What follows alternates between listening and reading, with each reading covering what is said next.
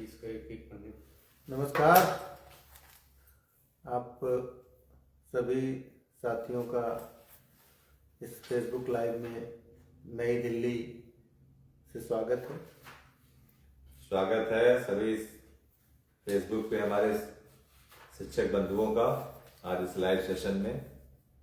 मैं संतोष सिंह बघेल, हमारे साथ हमारे यशस्वी प्रांतीय संयुक्त महामंत्री अमित सिंह जी, जिलाध्यक्ष जौनपुर, और बड़े भाई जिला उपाध्यक्ष राजेश सिंह टोनी जी, और मैं। विगत 4 दिनों से हम लोग दिल्ली में हैं और जैसा कि आप लोग जान रहे हैं कि हमने इस संघर्ष को पहले दिन से ही अपना प्रतिक्षण दिया है कि इस संघर्ष के लिए हम प्रतिक्षण समर्पित हैं और रहेंगे जब तक कि इस अव्यवहारिक कानून को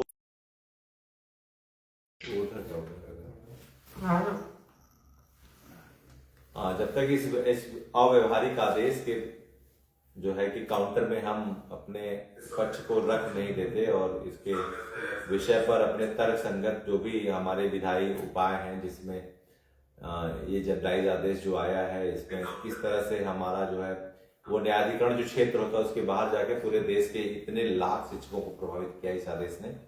मैं आपको बताऊं कि पिछले 4 दिनों से हम अब देखिए हमारी जो रिव्यू फाइल हो गई है, ये सारा कंपाइलमेंट है। मैं आपको बताऊं कि इसमें सारे काउंटर्स हैं।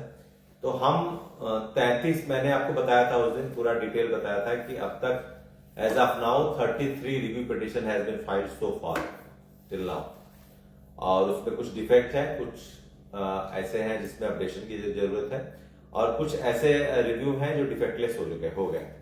तो हम इन 4 दिनों में जो भी हम अच्छे आर्गुमेंट काउंसिल हैं बड़े बड़े, उनसे हमारी मुलाकात मतलब मिलने का प्रयास कर रहे हैं। कुछ से मुलाकात भी हुई है और कुछ सीनियर काउंसिल हैं। 2-3 दिनों से इसमें जो काउंटर लगे हुए हैं उस पे, और इस आदेश के विषय पर जो एक लूप होल बन सकता है, जिस आदेश में हम शिक्षकों के लिए हमारे कहां पर ऐसे हैं जहां पर हमारे साथ गलत हुआ है या फिर हमारे पक्ष को नहीं सुना गया है, उन सारे बिंदुओं पर बड़ी विस्तृत चर्चा हुई। 2 दिन तो 3-3 घंटे हम लोग बैठे रहे चैम्बर में, जो कॉर्पोरेट ऑफिस है वकील साहब का, वहां पर हम लोग बैठे रहे और एक जो चाहे 2001 का नोटिफिकेशन हो, चाहे 2011 नोटिफिकेशन हो, एनसीटी के जितने आए, उसके बाद इस कानून में जो अमेंडमेंट आया 2017 में, उस 2017 में अब देखिए उसमें एक बहुत ही, मैं बताऊंगा, एक बहुत ही डिस्टिंग्विश पॉइंट है जो हम लोग पहुंचे। पहला तो जो उनसे बात हुई हमारी, तो हम कहे कि अच्छा हमारा जो काउंटर है सतही तौर पर, जैसे एक सामान्य रूप से हम किस तरीके से इसमें अपने लिए अपने अधिकारों की सुरक्षा करने का जगह कहां पाते हैं। तो उन्होंने बड़े साफ तौर पे कहा, ध्यान से सुनिएगा मेरी बात। ये जो सेशन है ये बिल्कुल आप समझिए कि एक इंटरेक्शन सेशन है, इसमें आप ध्यान से सुनिए। उन्होंने कहा कि देखिए, पहली बात तो ये है कि जो अंजुमन और ये तमिलनाडु सरकार गई थी, उसमें जो धार्मिक संस्थाओं को चूंकि संवैधानिक अधिकार मिला है विद्यालयों के नियमन और उसका, तो उसमें तो कोई मतलब ही नहीं था, वो चला गया संवैधानिक पीठ में। दूसरे मैटर में जो मैं आपको बार बार बताता हूं कि उस तरीके से पक्ष रखा नहीं गया। तो उन्होंने कहा कि जो इतने टीचर प्रभावित हुए हैं, उन टीचरों को जो है कि जब वो कोई न नोटिस दिया गया, और ये एक ज्यूरिसडिक्शन के बाहर की चीजें हैं, हमारा पक्ष नहीं सुना गया। पक्ष नहीं सुनने के बाद अच्छा एक परसेप्शन हो गया। परसेप्शन का मतलब क्या, देखिए मैं आपको बताऊं। परसेप्शन का मतलब मैं आपको बताता हूं कि जो एनसीटीई है वही साल दर साल या जब भी उसके नोटिफिकेशन होते हैं वो अहर्ताएं और योग्यताएं तय करती है। उन्हीं तय अहर्ताएं और योग्यताओं के आधार पर राज्य सरकारें अपने यहाँ शिक्षक भर्तियां करती हैं। जब एनसीटी आई 2001 में, उसने कुछ और रखी अहर्ताएं, 2011 में कुछ और रखा। अब वो सापेक्षिक होता है, मैंने आपको बताया था, वो निरपेक्ष नहीं होता। ऐसा नहीं कि जो 2001 का है वो 2011 में भी रेलिवेंट होगा, 2022 में भी रेलिवेंट होगा। तो उन्होंने यही कहा कि इसमें एनसीटी की भूमिका को लेकर हम जो ग्राउंड बनाएंगे, उस ग्राउंड में हम ये देखेंगे कि माननीय बेंच का जो एक परसेप्शन बन गया, वो जब क्वालिटी और कंपल्सरी एजुकेशन की बात पे आते हैं तो थोड़ा सा वो एक इमेजिंग कर लेते हैं, एक परसेप्शन कर लेते हैं। परसेप्शन ये कर लेते हैं कि वो पैरा टीचर जिस तरह से है उस तरह से ये मानते हैं कि जो टीचर नॉन टेट हैं वो भी अनट्रेन्ड है। बात को मेरे समझिए। उन्होंने कहा कि जो बेंच का ऑर्डर आया है उस ऑर्डर में जो मोटी बात ये है कि जिस तरीके से पहले पैरा टीचर और जो मसले चला जिसमें पैरा टीचर को अनट्रेन्ड माना जाता है, उसी तरीके से उन्होंने ये नहीं देखा कि 2011 के पहले भी जो भर्तियां हुई हैं उन भर्तियों में एनसीटीई के मानक का ही पालन करके भर्तियां, विशिष्ट बीटीसी की बात हो चाहे बीटीसी की ट्रेनिंग की बात हो, 2 साल जो पाठ्यक्रम होता है, तो उन्होंने कहा कि एक परसेप्शन बन गया कि ये लोग भी टेट के सापेक्ष अनट्रेंड है। टेट को एक क्राइटेरिया रख दिया गया।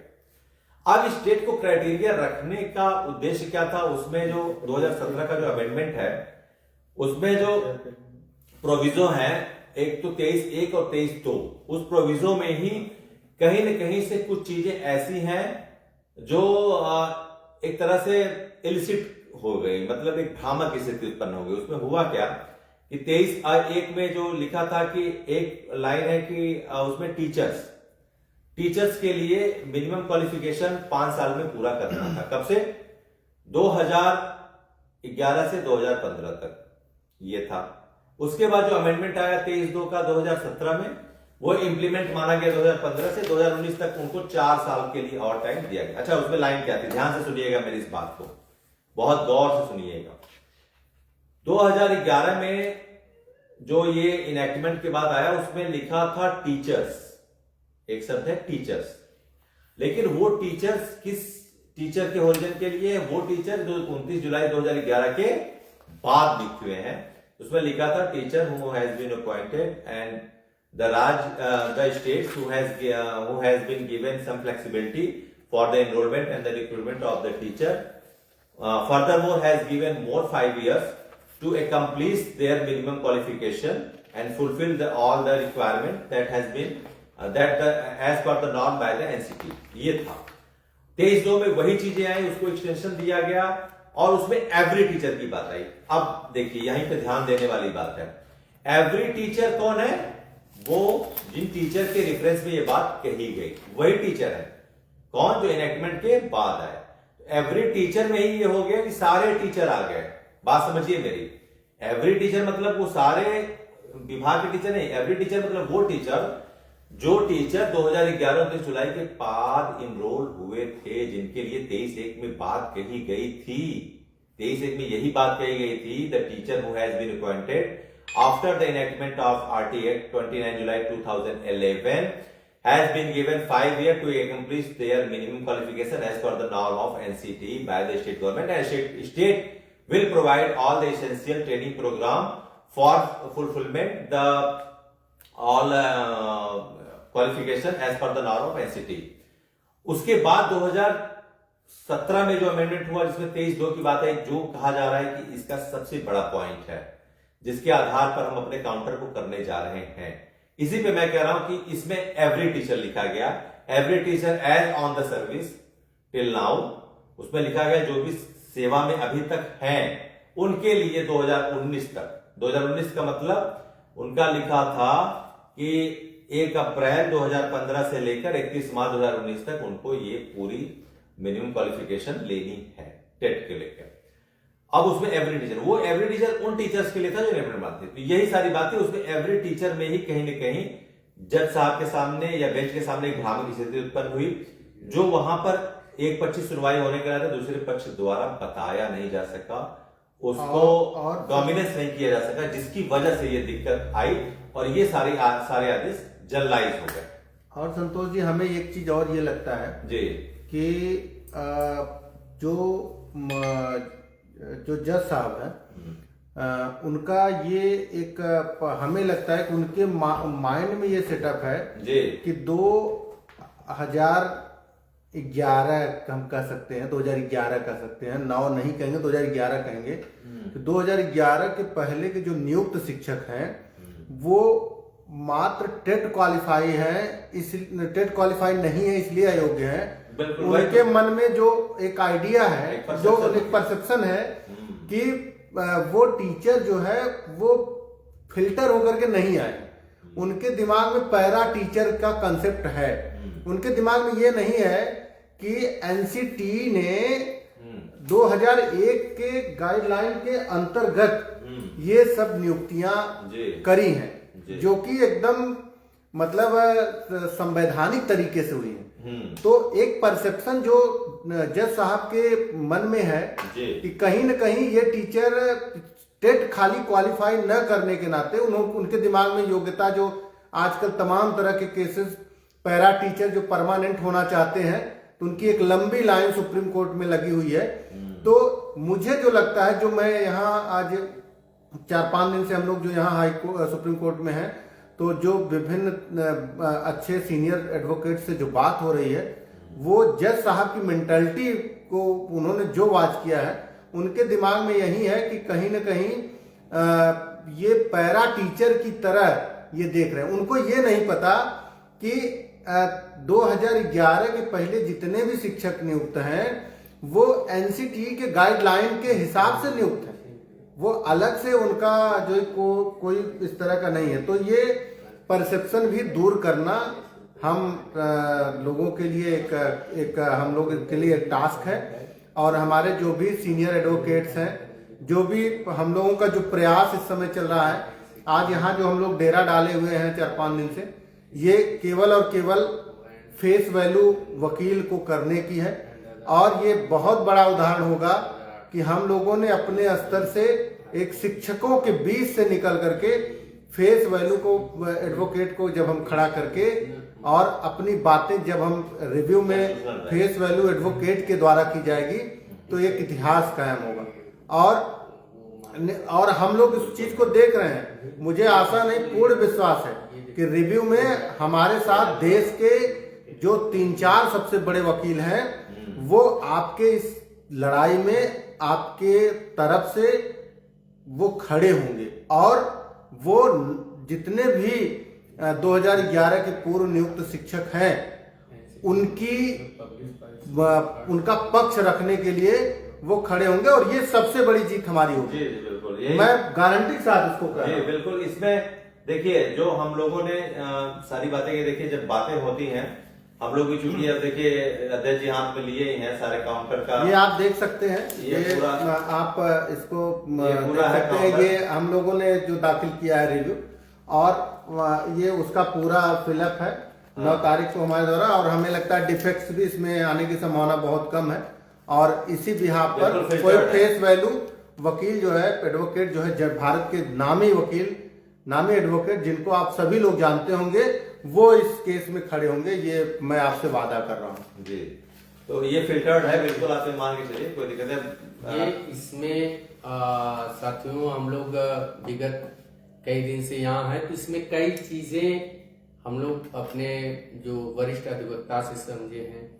बाकी अब तक जितने रीट इन सेंस रिव्यू में जितने लोग आए हैं, तो अब सब आए हैं। तो 1 सितंबर 2025 के माननीय सर्वोच्च न्यायालय के उस आदेश के खिलाफ, जो टेट अनिवार्यता का आदेश है, तो अब कोर्ट में जाने से पहले हम लोग जो वेट कर रहे थे, उस वेट का एक अहम बिंदु ये था कि वेट इसलिए कर रहे थे कि जो सभी लोग गए हैं, चाहे वो हमारा स्टेट हो, कई स्टेट्स गए हैं, हमारे कई व्यक्तिगत संगठन भी गए हैं, तो उनके एडवोकेट ने क्या आर्गुमेंट वहां किया है कि मतलब उसको कैसे चैलेंज किया है कि आपके 1 सितंबर 2025 का जो ये आदेश है टेट अनिवार्यता का, वो 29 जुलाई 2011 के पूर्व नियुक्त या विज्ञापित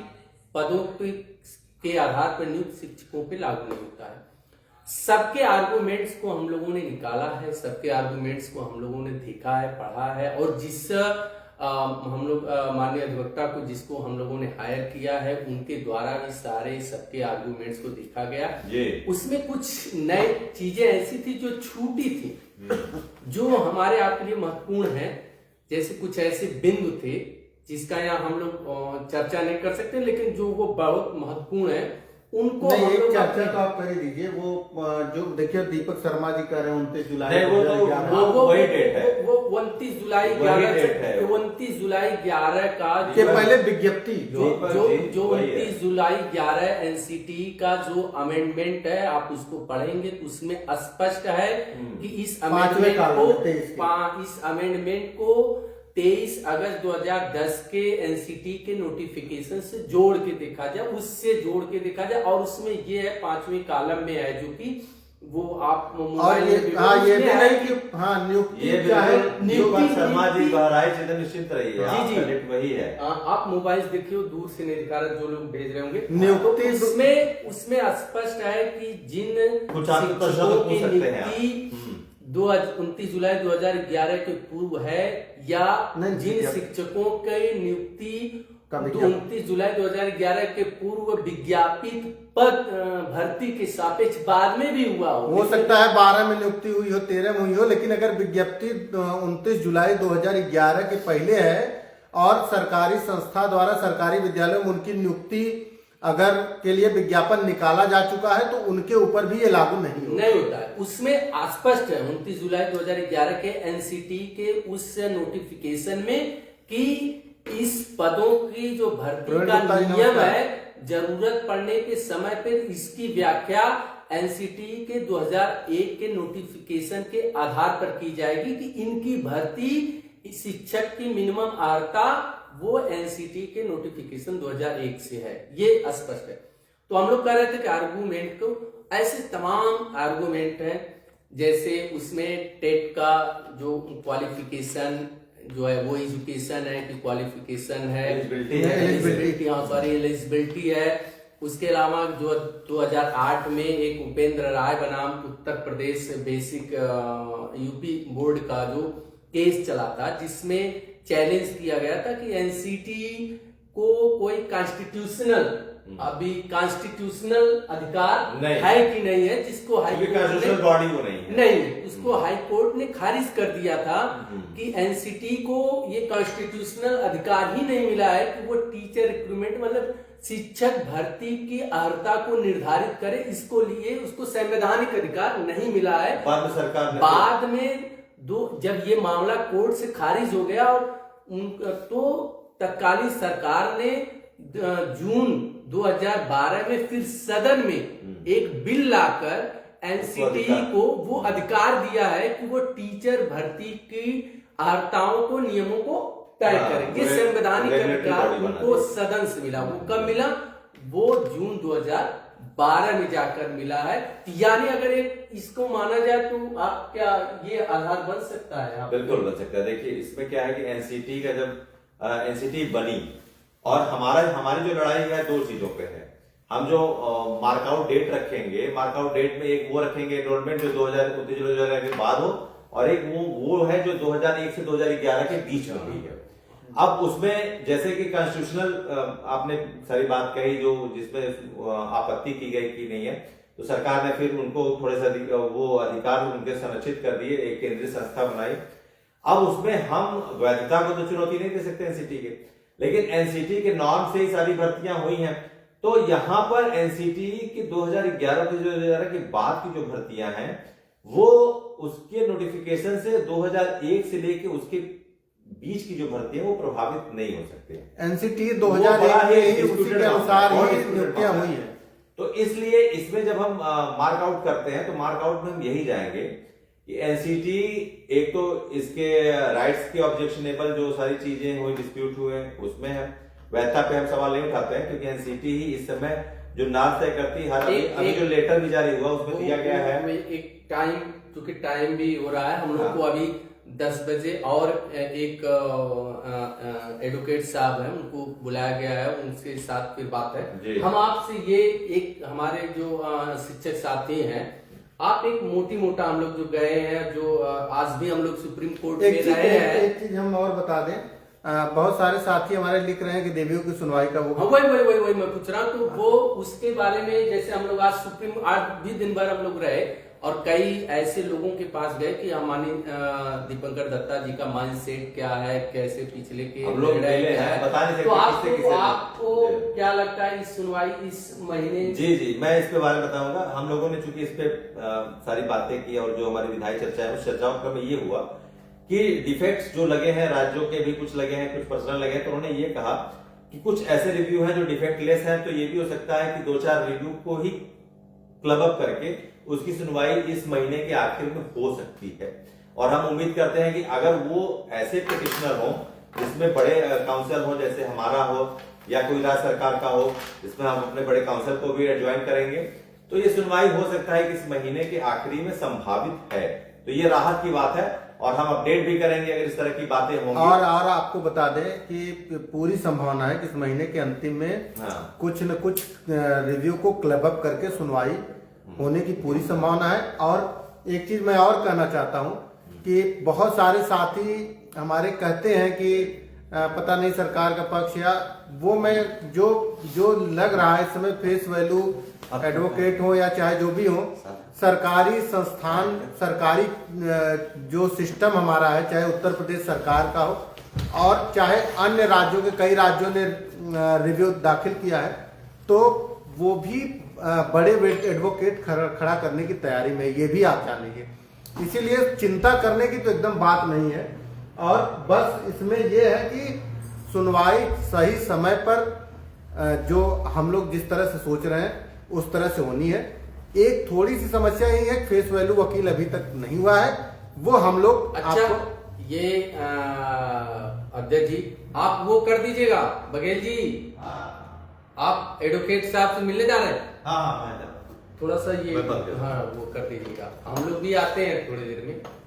और एक अध्यक्ष जी आप अपने ये शिक्षक साथियों को ये जरूर बताइए, ये जो फिलअप ब्लैंक्स रहा है, जो अभी हम लोग कई माननीय अधिवक्तागण से या लोगों से मिले, तो सबका एक प्रश्न ये जरूर रहा कि इतना बड़ा मुद्दा है, इतना बड़ा प्रकरण है और सर्वोच्च न्यायालय में फेस वैल्यू एडिक्वेट बहुत मायने रखते हैं।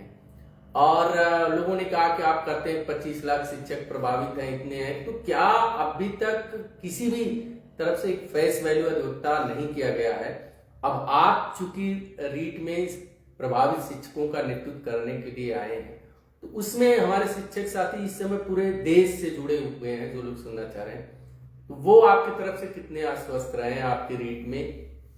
देखिए राजेश भाई, हम एकदम स्पष्ट बताना चाहते हैं कि हम लोग भी हर तरह से अभी इसी उसमें थे कि किस तरह से किसी भी संगठन के द्वारा, किसी भी राज्य सरकार के द्वारा, किसी भी तरीके से एक फेस वैल्यू वकील, अगर फेस वैल्यू एडवोकेट जो कि भारत सरकार में अच्छे लड़ाइयों को जीता है, या जिनके खड़े होने पर जज साहब अपनी बातों को सही तरीके से उनकी बातों को सुन सकते हैं, तो निश्चित रूप से वो चीजें अभी तक हो नहीं पाई।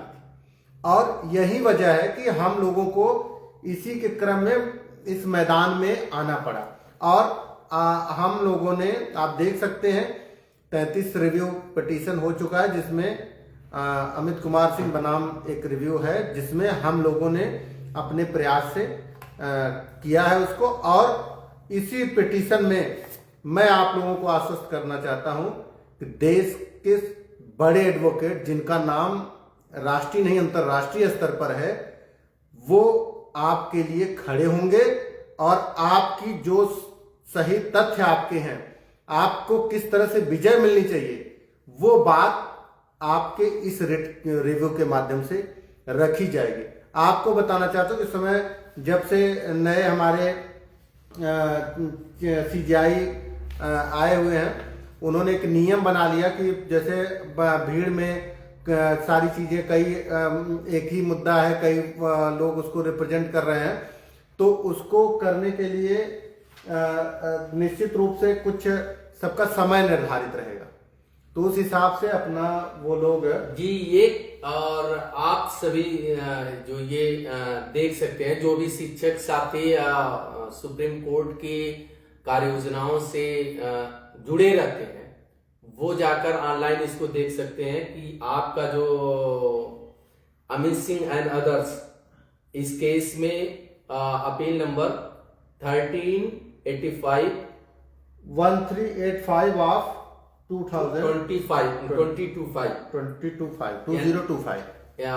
1358 ऑफ 2025 ये है।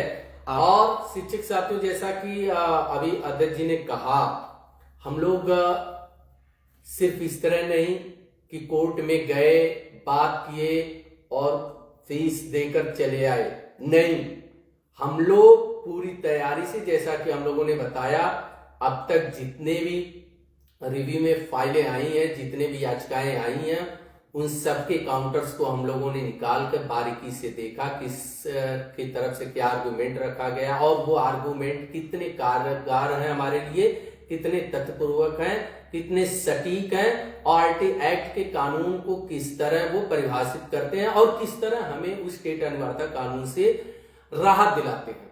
उसमें जो भी बिंदु छूटे थे और जो बड़े सटीक थे, उसको लेकर हम लोग गए हैं। और सबसे अहम बात यह है कि आपके जो तर्क हैं, जो जब तक देश के सीनियर काउंसिल, उनको कहा जाता है संविधान वेत्ता, जो इस देश के कानून वेत्ता होते, जैसे लोग कहते हैं कि ये सर्विस सेक्टर के हैं, ये कॉर्पोरेट सेक्टर के हैं, या फिर ये क्रिमिनल सेक्टर के हैं, मतलब कुछ सारे एडवोकेट के अपने एक विशेष उनका होता है कि ये सर्विस सेक्टर का ज्यादा केस देखते हैं, ये क्रिमिनल के, ये कर।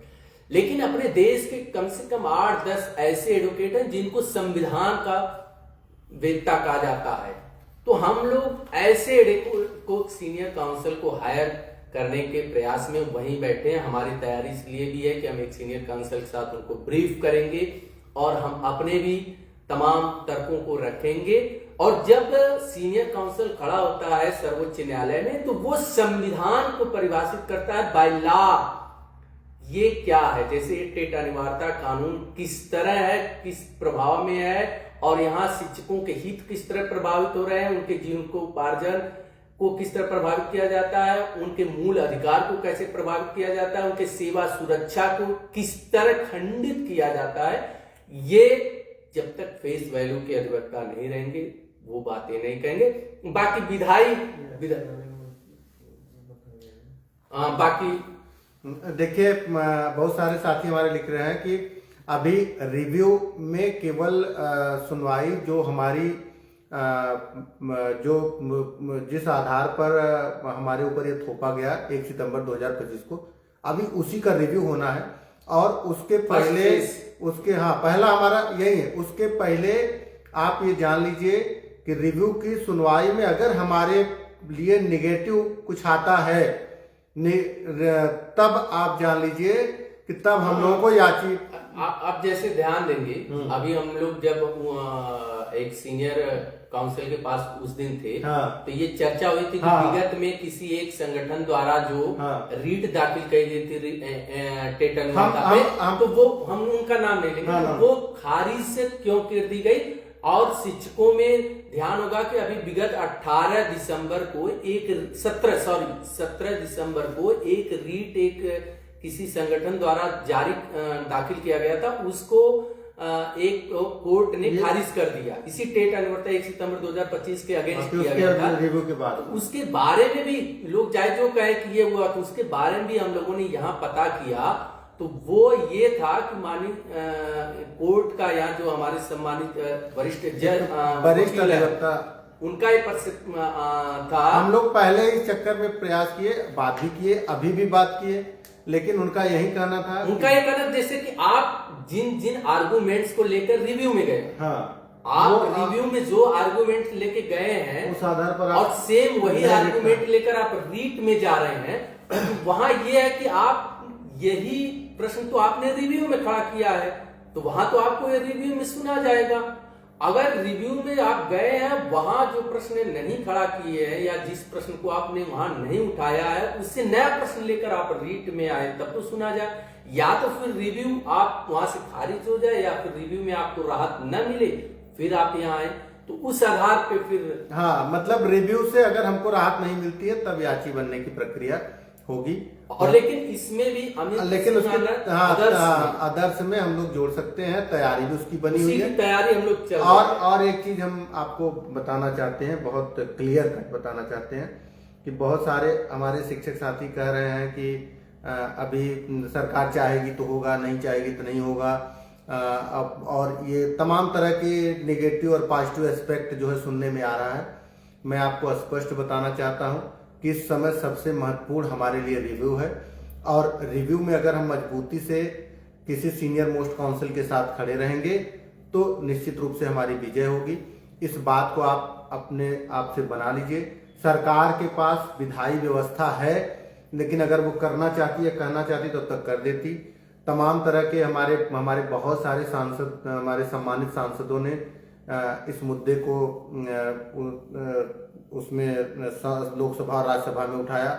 मैं उनका भी धन्यवाद देता हूं कि आज उसी वजह से आज हम लोगों की गूंज पूरे भारत में, शिक्षकों की आवाज पूरे भारत में गूंज रही है। कहीं भी जो ये मैटर लोग नेगेटिव एस्पेक्ट में देख रहे थे कि टेट देना नहीं देना, लेकिन आज हमारे उन सम्मानित सांसदों की वजह से ये मुद्दा पूरे के पूरे भारत सरकार को हिला दिया है। और यही नहीं, हमारे बहुत सारे राज्य, सबसे पहला उत्तर प्रदेश का राज्य, मैं उसकी भी राज्य की सराहना करना चाहता हूँ। अपने शिक्षकों के हित में सबसे पहला रिव्यू पिटीशन दाखिल करने वाली सरकार है। तो ऐसा नहीं है, हम हर चीज को निगेटिव एस्पेक्ट में नहीं ले सकते हैं कि सरकार हमारे पक्ष में नहीं, हमारे खिलाफ नहीं है। तो सरकार का जो पक्ष है वो निगेटिव कतई नहीं है, और बस ये है कि जिस तरह से सरकार भी उस लड़ाई में हम लोगों के सहयोग में रहेगी, रिव्यू में भी सरकार का पक्ष, चाहे जिन राज्यों के रिव्यू दाखिल हुए हैं, और सरकार के जो एडवोकेट्स होंगे, हम लोग दाएं बाएं उनके बारे में भी पता कर रहे हैं, उनका भी क्लियर कट एजेंडा है कि हम लोग प्रयास करेंगे कि रिव्यू में विजय हो। तो आप लोग ये मान के चलिए कि ओवरऑल सबसे बड़ा सरकार की तरफ से कोई निगेटिव एस्पेक्ट नहीं है, सब जगह एकदम सही है, किसी को परेशान होने की जरूरत नहीं है। 29 जुलाई 2011 तक विज्ञप्ति या नियुक्त शिक्षकों के लिए कोई खतरा नहीं है, और जब केस की सुनवाई होगी तो हम लोग खुद एक फेस वैल्यू एडवोकेट, जिसको हम सीनियर मोस्ट काउंसिल कहते हैं, जो भारत सरकार में 8-10 एडवोकेट्स हैं, जिनके खड़े होने पर ही हमारे सम्मानित जज न्यायाधीश को वो निर्णय पर अपने विचार करने को मजबूर होना पड़ता है, उनके लिए भी हम लोगों ने इस व्यवस्था को बना लिया है। अब बस आप लोग ईश्वर को मनाइए, और इस सहयोग, इस आंदोलन में, इस जो भी आप लोगों का वो लगे, इसमें जिस तरह से आप अपने आप को तन मन धन से, जिस तरह से आप अपने आप को लगा सकते हैं, हम लोग अगर जिस हिसाब से हम लोग यहाँ पड़े हुए हैं 4-5 दिन से, अभी हो सकता है कि 1-2 दिन हो सकता है कि हमारी खिचड़ी यहीं हमको मनानी पड़े। सबको अपने परिवार में, अपने परिवार के साथ रह करके खिचड़ी मनाना, और परिवार के साथ इस ठंडी में रह करके लोग छुट्टियों को मनाने का प्रयास कर रहे हैं। लेकिन आप लोगों ने देखा कि हम लोगों की टीम किसी भी दिन बैठी नहीं है, रोज किसी न किसी तरीके से, चाहे वो सांसद महोदय को ज्ञापन देना हो, चाहे उनको धन्यवाद देना हो, या सीनियर एडवोकेट से बात करनी हो, या जो भी प्रयास हो सरकार के सामने, हमारे माननीय विधायक जी देवेंद्र प्रताप सिंह जी, जो भी जितना भी हम लोगों को लग रहा है कहीं डिफेक्ट जो यूपी में आए थे उस पर काफी लोग पैनिक हुए थे, तो हम लोगों ने माननीय विधायक देवेंद्र प्रताप सिंह जी से बात किया, उन्होंने परसू किया, उसको अब इस समय कोई डिफेक्ट नहीं रह गया है। तो कहीं न कहीं देखा जाए तो इस लड़ाई को पूरी निष्ठा और ईमानदारी और पूरी तन्मयता और पूरा समय देकर के लड़ा जा रहा है। मेरा आप सभी सम्मानित शिक्षक साथियों से निवेदन है कि आप सकारात्मक माहौल बनाते हुए एक संबल प्रदान करें। आपको लगा, और ये एक ऐसी लड़ाई है जिसमें हर शिक्षक को अपने आप को लगाना पड़ेगा, एक निष्ठा के साथ लगाना पड़ेगा। हम लोग उसके भुक्तभोगी हैं, हम लोगों के ऊपर वो पड़ी हुई है, ये हम लोग इसको महसूस कर सकते हैं कि इसकी पीड़ा कितनी बड़ी होगी। हम पीड़ित शिक्षक हैं, इसलिए हम इस लड़ाई की पीड़ा को जानते हैं, उसके दर्द को जानते हैं। एक बात उसमें और जोड़ना चाहेंगे, ये विगत कल भी एक वीडियो हमने डाला था, इसके पहले भी हमारे कई शिक्षक साथी फोन करते हैं, व्हाट्सएप करते हैं, वो एक बात पूछते हैं पदोन्नति। एक बात शिक्षक साथियों बहुत स्पष्ट जान लीजिए, यदि इस मुद्दे को लेकर हम आगे आए हैं, हमारी टीम आई है, हम बार बार कहते हैं कि जो भी राज्य सरकारें आई हैं टेट अनिवार्यता काली कानून के खिलाफ 2011 के पूर्व नियुक्त शिक्षकों के पक्ष में या भी जो भी संगठन गए, सबका स्वागत है। लेकिन शिक्षक साथियों, एक बात बार बार पहले दिन से हम लोग कर रहे हैं, ये लड़ाई हमारी है, आपकी है, और अपनी लड़ाई को हम किसी के कंधों पे छोड़कर शांत नहीं बैठ सकते। यद्यप जो भी आपकी लड़ाई में आ रहे हैं, एक स्वाभाविक सी बात है, आप चाहे घर में हो, समाज में हो, किसी भी संगठन का नेतृत्व कर रहे हो, आप जब नेतृत्व करते हैं, आपके संघर्ष में जो भी साथ आते हैं उनका स्वागत है। लेकिन अगर नेतृत्व आप कर रहे हैं तो जिम्मेदारी, जवाबदेही आपकी बनती है। तो यहां प्रभावित शिक्षक हम हैं, संघर्ष की जवाबदेही, जिम्मेदारी हमारी बनती है, देश के 25 लाख शिक्षकों की बनती है, क्योंकि आप प्रभावित हो रहे हैं। यदि आप आवाज नहीं उठाएंगे, आप न्यायालय में नहीं जाएंगे, आप माननीय लोगों के पास नहीं जाएंगे, विधायी उपाय के लिए नहीं करेंगे, तो हम दूसरों से अपेक्षा क्या कर सकते हैं? दूसरे तो जो आवाज उठा रहे हैं उनको, वो तो कर रहे हैं आपके साथ, लेकिन आपकी हमारी जिम्मेदारी बनती है।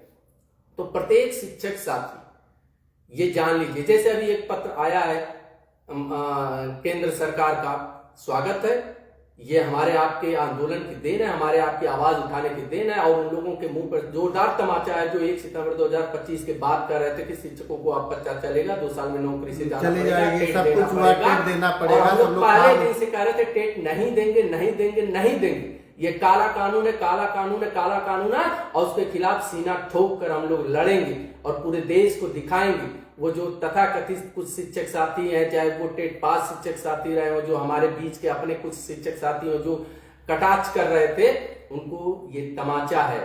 हमने दिखा दिया, हमारी टीम ने, हम लोगों ने पूरे देश में इस आवाज उठाया गया। सदन में इतना सर्विस सेक्टर का अब तक कोई मुद्दा नहीं उठाता, सारे सांसद उठाने के लिए मजबूर हुए हैं, क्योंकि वो हमारी आपकी ताकत है, हम लोगों ने मजबूर किया है, क्योंकि यह न्यायपूर्ण है, व्यवहारिक है, प्राकृतिक न्याय के खिलाफ है, पहले दिन से हम लोग कहते रहे हैं। और ये जौनपुर और हमारी टीम ने जो 25 लाख की बात उठाया, आज पूरा देश 25 लाख शिक्षक करता है। हो सकता है गणना जाए, जो भी हो, सरकार अब तो गणना करा रही है, उसमें पता चल जाएगा कितनी है।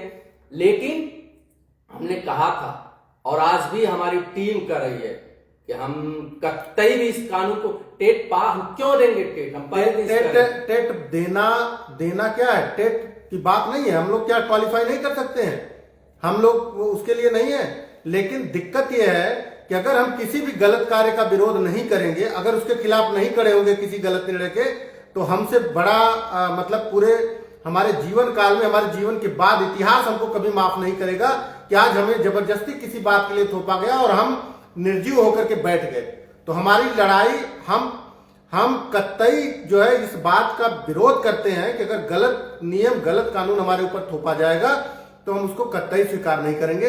और आप ये जानते हैं कि आपके संघर्ष का ये है कि आज सीटेट लगा, लेकिन कार्यरत शिक्षकों के लिए कोई अलग से उनको नहीं कहा गया नहीं आप भरिए, नहीं भरिए, और किसी भी टेट के लिए शिक्षकों को अनिवार्य नहीं किया गया, न किया जाएगा। आपको मैं बताना चाहता हूं कि आपके संघर्ष का नतीजा है। हम लोग समय रहते आप लोगों को जागरूक करने का काम कर रहे हैं, आप लोगों को मोटिवेट करने का काम कर रहे हैं, साथ ही साथ अपने जनमानस को, अपने नेताओं को, अपनी सरकार को भी जगाने का काम कर रहे हैं। और हम लोग गलत कुछ नहीं है, हम लोग केवल सही तरीके से अपनी लड़ाई लड़ रहे हैं, संवैधानिक तरीके से लड़ रहे हैं। इसीलिए हमको हमारे इस लड़ाई के सामने सबको झुकना पड़ेगा।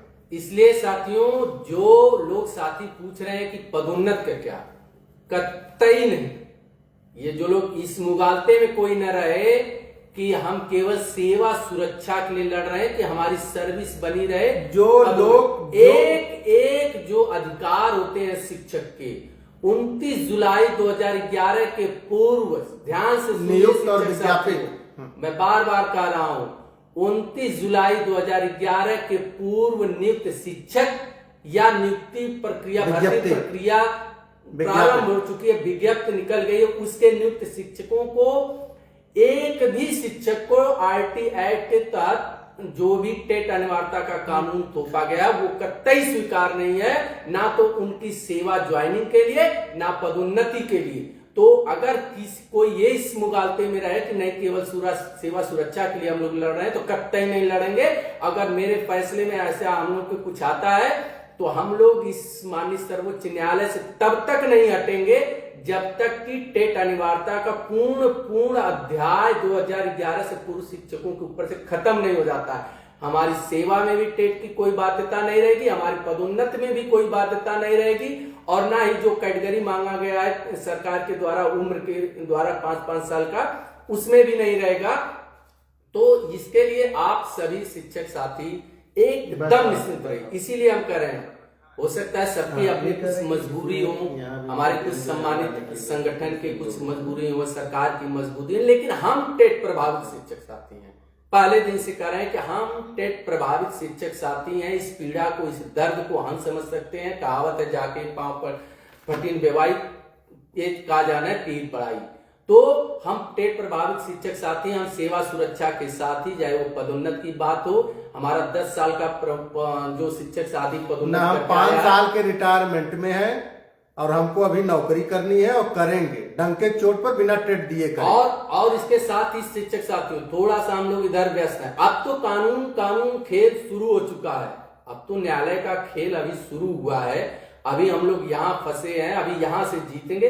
अभी ये जो भी वरिष्ठता सूची से लेकर जो कोर्ट में जो लोग जाते हैं, जिसमें अन्याय होगा, और हमारे 29 जुलाई 2011 के पूर्व शिक्षकों की जहां भी अहित होगी, व्यक्तिगत हम लोग वहां खड़े रहेंगे एकदम दावे के साथ। ये क्लियर है, जो 29 जुलाई 2011 के पूर्व शिक्षकों का जहां भी अहित होगा, चाहे वो वरिष्ठता सूची में हो, चाहे समायोजन में हो, चाहे प्रमोशन में हो, पदोन्नति में हो, चाहे स्थानांतरण में हो, जहां भी होगा हम खड़े होंगे। क्योंकि इस लड़ाई में जिस मजबूती से हमारे शिक्षक साथी खड़े हुए, और जिनको खड़ा होना चाहिए था, जिनसे अपेक्षा थी, वो लोग पीछे क्या कर रहे हैं वो भी हम लोग देख रहे हैं।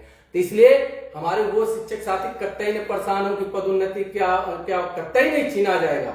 एक भी हमारा शिक्षक साथी पदोन्नत नहीं होगा, उसके लिए भी हम लोग लड़ेंगे। इसीलिए तो हम लोग स्वयं आए हैं माननीय सर्वोच्च न्यायालय में। हम अपनी बात को क्रमशः रखेंगे, वहां कोई समझौता करने नहीं जाएंगे बंद कमरे में कि नहीं केवल मुझे सेवा में ही बहाल कर दीजिए, पदोन्नति वापस ले लीजिए, कोई जरूरत नहीं। करता ही नहीं, वो मेरा अधिकार है, वो मेरे सेवा, हमने जब फॉर्म भरा था जिस आधार पर हमारी नियुक्ति हुई थी सेवा काल में पदोन्नति, ये एनसीटी के गाइडलाइन पर हमारी नियुक्ति हुई है, न कि हम लोग बैकडोर पर किसी की सिफारिश करा करके नियुक्त नहीं हुए हैं, बल्कि एनसीटी की गाइडलाइन पर जो विज्ञप्ति हुई है उसके आधार पर हम नियुक्त हुए हैं। हम फर्जी नहीं है, हम लोगों को फर्जी कहने वाला फर्जी है, इस बात को अपने दिमाग में बैठा। अजय जी का फोन आ रहा है, लग रहा है। तो हमारे देखिए एक सीनियर एडवोकेट जिनसे हम लोगों की आज मीटिंग है, अभी कुछ देर में उनसे मिलने जा रहे हैं। आप सभी सम्मानित साथियों का बहुत बहुत धन्यवाद। आप लोग बस आ गए संबल प्रदान करिए और अरे नहीं हमेशा जुड़े रहिए, और बहुत बहुत धन्यवाद। जब भी कोई विधिक या न्याय की जो भी लड़ाई होगी हम आपके सामने जरूर रखते रहेंगे। आप सभी शिक्षक साथी आश्वस्त रहिए, जहां भी हैं स्वस्थ रहिए, मस्त रहिए, सकारात्मक रहिए, संयमित रहिए, नौकरी का, जीवन का, परिवार के साथ आनंद उठाइए, क्योंकि संघर्ष के लिए आपने हम लोगों को चुना है अध्यक्ष जी के नेतृत्व में। तो संघर्ष से 1 इंच हम लोग पीछे। बहुत सारे लोगों का मैसेज और फोन आ रहा था कि आप लोग क्या ब्रीफ करेंगे, क्या बातें बताएंगे, तो इसलिए हम लोग लाइव आकर के अपनी बातों को शेयर किए हैं।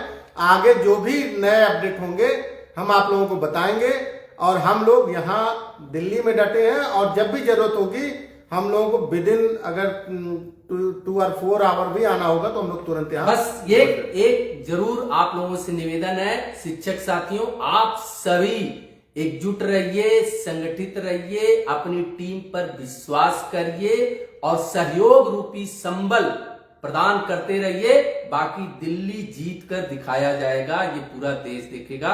बहुत बहुत धन्यवाद। जय हिंद, जय भारत, जय शिक्षक। बहुत बहुत धन्यवाद।